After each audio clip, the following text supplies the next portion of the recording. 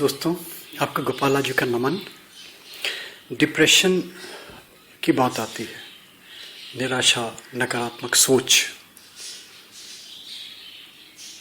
Mental agony, stress, संतरास, ये सब बहुत सामान्य से शब्द, बहुत ही कॉमन से शब्द, और मेडिकल टर्मिनोलॉजी में तो और भी इसको कॉम्प्लिकेटेड बना दिया गया। और अगर मान लीजिए ज़्यादा क्रोनिक होने लगी बीमारी, तो फिर वो सिंजोफ्रेनिया है, मैडनेस है, और फिर उसके बाद में उसके ट्रीटमेंट्स हैं, और ट्रीटमेंट में फिर जो उसकी लास्ट स्टेज है वो फिर इलेक्ट्रिकल शॉक्स और मेडिकेशन, इसके अलावा कोई दवा नहीं इसकी। और डिप्रेशन, अवसाद, मानसिक संतरास, इसकी बीमारी क्या है? कभी सोचिए, बैठ के ध्यान से सोचिए कि ये वास्तव में कोई बीमारी भी है क्या, और अगर कोई बीमारी नहीं है तो फिर इसका ट्रीटमेंट का क्या, इसका पैथोलॉजी में, उसका या होम्योपैथी में या आयुर्वेदिक में वो क्या ट्रीटमेंट फिर इसका? ध्यान से मन कीजिए, सोचिए। Mental agony, mental stress, mental excitement, संतरास, मानसिक तनाव, निगेटिविटी, ये वस्तुतः बेसिकली देखें तो एक एटीट्यूड है, आपकी मानसिकता है, आपकी मन स्थिति है, एक ऐसी अवस्था है, एक ऐसी नेगेटिव सोच है, एक ऐसी एकांतवास की दशा है, एक ऐसी वो दशा है जहाँ पे आप बिल्कुल ये लाइक नहीं करते कि आपकी लाइफ में कोई डिस्टर्बेंस क्रिएट करे, एकाकी जीवन। तो ये तो एक मना स्थिति है, एक एटीट्यूड है, एक मानसिकता है आपकी जो आपने डेवलप कर ली। तो मैं कुछ भी डेवलप कर लूँ, मान लीजिए मैं कोई गलत काम कर रहा हूँ, मैं सिगरेट पी रहा हूँ, या मैं शराब पी रहा हूँ, या मैं गुटखा खा रहा हूँ, या मैं कोई और गलत काम कर रहा हूँ, और मुझे कोई टोक रहा है बार बार, तो मैं क्या करूँगा? मैं उससे कटने लगूँगा। और अगर फोर्सली मुझे बलात् मुझे कोई रोकेगा तो मैं क्या होगा? मुझे कोई काम मेरा रुक गया अगर, तो मैं क्या होगा? फिर धीरे धीरे मैं डिप्रेशन की ओर चला जाऊँगा। लड़के लड़कियों में एमेच्योर्ड केसेस में बहुत सारे ऐसे केसेस होते हैं कि लड़की वन साइडेड प्रेम है, एक तरफा प्यार है, और वो पता चला उसने बोलना छोड़ दिया, लड़का अवसाद में आ गया। शादी होने जा रही है और पता चला कि लड़के में कुछ कमी है, चाहे वो फिजिकल हो, चाहे वो मेंटल हो, चाहे वो फाइनेंशियल हो, और वो एक्सेप्ट नहीं कर रहा लड़की को, डिप्रेशन में चला गया। माता पिता का प्यार नहीं मिल रहा, वो अब कोई चीज़ कमी महसूस कर रहा है तो डिप्रेशन में चला गया। मार्क्स कम आए, कम्प्लेक्स पैदा हो गया, मेरी पर्सनालिटी अच्छी नहीं है, मुझे बोलना नहीं आता, मैं अपने आप को समाज में खड़ा नहीं कर सकता, डिप्रेशन में चला गया। तो ये तो एक एटीट्यूड, एक मानसिकता, एक मन स्थिति, एक अपना डेवलप किया हुआ एक विम जो आपने पैदा कर लिया। तो इसका मेडिकल ट्रीटमेंट क्या? देखिए, जो जहाँ तक मेरी नॉलेज है, हो सकता है मैं गलत हूँ, मेरी बात से सब लोग सहमत ना हो, सिर्फ मेडिकेशन के नाम पे ट्रैंक्विलाइजर्स दिए जाते हैं कि व्यक्ति सोता रहे।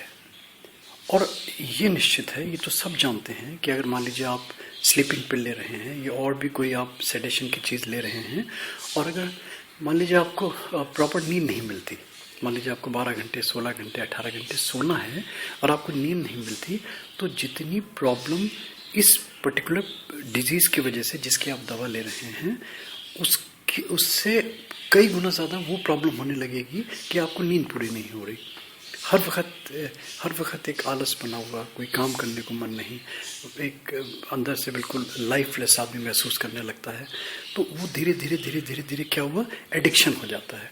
और जो मेंटल एगोनी है या डिप्रेशन है, इनकी दवाएं एक आध दिन की नहीं होती, सालों चलती हैं। आप देखिए, आप किसी को डॉक्टर के पास जाइए, आप बात कीजिए कि 2 साल खानी पड़ेगी दवा, 3 साल खानी पड़ेगी दवा। तो वो सब चीज़ें आप सोचिए। देखिए, मैं किसी को मैं डिस्करेज नहीं करूँगा, जिसका जो बुद्धि, भाई हर आदमी अपनी बात कहने में स्वतंत्र है। मैं इसको जोड़ता हूँ अध्यात्मवाद से बिल्कुल। और ये सौभाग्य से हमारे आध्यात्मिक गुरु, मैं प्राउडली मैं जिक्र करता हूँ, मैं बार बार कहता हूँ, मैं बार बार उनका नाम लेता हूँ, शरीर में है, बहराइच में रहते हैं अभी।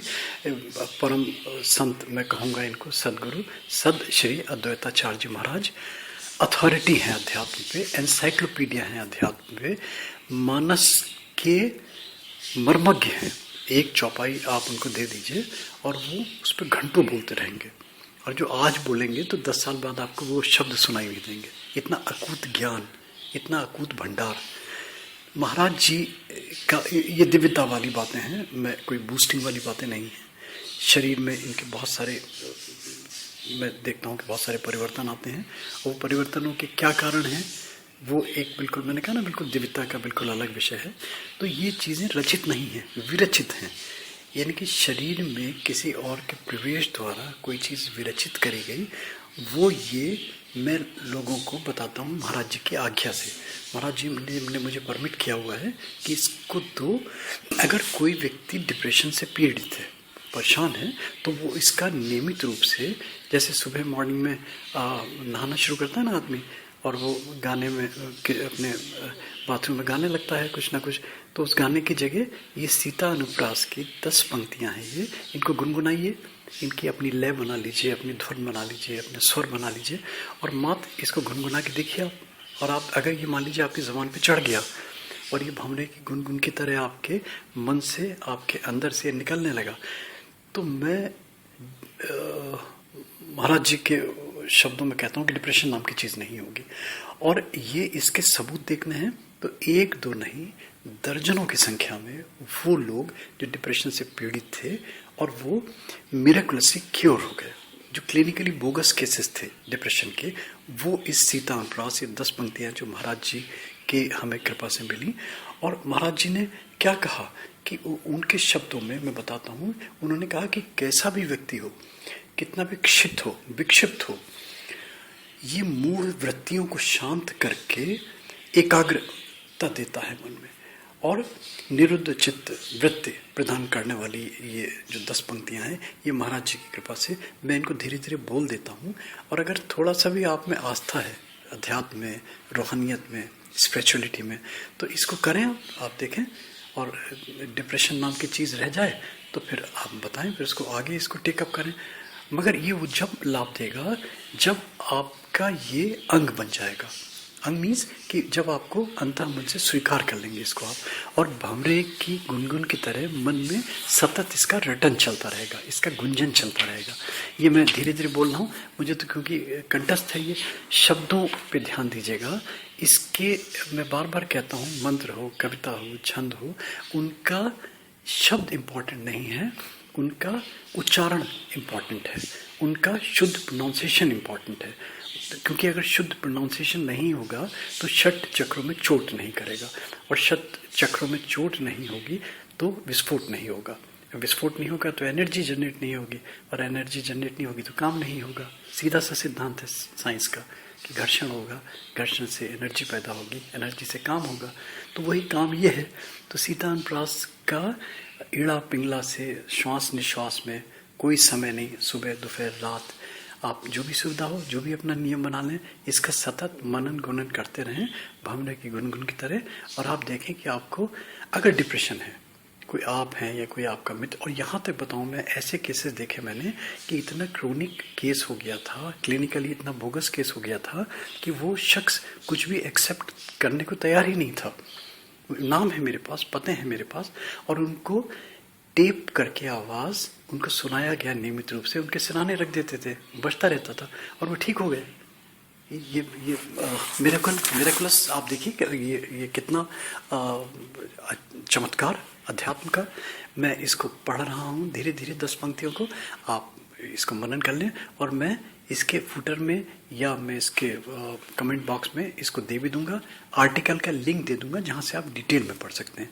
मैं पढ़ रहा हूँ, ऐसे ही पढ़ूंगा अभी तो कविता की तरह, फिर अपनी धुन बना लीजिए, आप अपनी लय बना लीजिए, अपना स्टाइल बना लीजिए, आप जो भी आपको अच्छा लगे। ये 10 पंक्तियाँ सीता अनुप्रास महाराज जी की कृपा से, महाराज जी की आज्ञा से ही मैं दे रहा हूँ। ये है सुंदर संजीवनी सुधा शांति सद्भाव सुखित संसार सुमन सब सरल सुगम सुमधुर सुमनोहर सुखद समुन्नत सर्व शरण शाश्वत शुभ सत्य सनातन सत्ता सरस सुघर सद्गुण सावन संकट शंका संदेह सनि संशय सनिश्चरी शक्ति शमन सर्वोपरि सर्वांतर्यामिनी सर्वेश्वरेश्वरी सुधि सुलगन संस्थिति संहार सृष्टि सागर संतरण सेतु संबल साधन सनकादिक सुरगुरु सविता शुक शशि शेखर शंकर संकर्षण शारदा सरस्वती सावित्री शैलजा शचि श्रुति सार सृजन श्री सृष्ट सूतिका स्वयं श्री स्वामिनी स्वतंत्र सीता सुचरण समरसा द्वैत सच्चिदानंद घन में है सर्वप्रथम सुनमन। ये मात्र 10 पंक्तियाँ और इन 10 पंक्तियों का आप चमत्कार देखिए। ये महाराज जी का ये मैथिली शरण गुप्त जी ने तारीफ करी थी इन पंक्तियों की, और ये महाराज जी ने 100 पंक्तियाँ विरचित हुई थी महाराज जी के शरीर से, तो 90 पंक्तियाँ किसी ने चुरा ली थी, जो महाराज जी हमें कहानी बताते हैं। और उस चोरी, क्योंकि वो साहित्यिक थी ये, और मैथिली शरण गुप्त आपको पता है साहित्य में, तो उन्होंने मैथिली शरण गुप्त जी ने तारीफ करी थी इन पंक्तियों के कि ये कुछ साधारण पंक्तियां नहीं हैं, तो किसी ने चुरा ली। इनके कवि साथी थे एक महाराज जी के, बचपन की बातें बताते हैं अपने, और वो चुराने का क्या हुआ, उसकी नौकरी चली गई, वो विक्षिप्त हो गया आदमी। वो 10 पंक्तियां कहाँ गई, क्या हुई, कैसे पता नहीं चला। मगर ये जो 90 पंक्तियां, मगर 100 में से जो 10 पंक्तियां बची, उनका भी चमत्कार डिप्रेशन दूर करने के लिए। इसको फॉलो करें दोस्तों। थैंक यू दोस्तों, थैंक्स। और अगर अच्छा लगता है डिप्रेशन का ये ट्रीटमेंट, छोटा सा ये रूहानियत ट्रीटमेंट, ये स्पिरिचुअल ट्रीटमेंट, तो प्लीज़ इसको वायरल करें, यूट्यूब में इसको सब्सक्राइब करें दोस्तों। Thank you, thanks for hearing Gopala ji.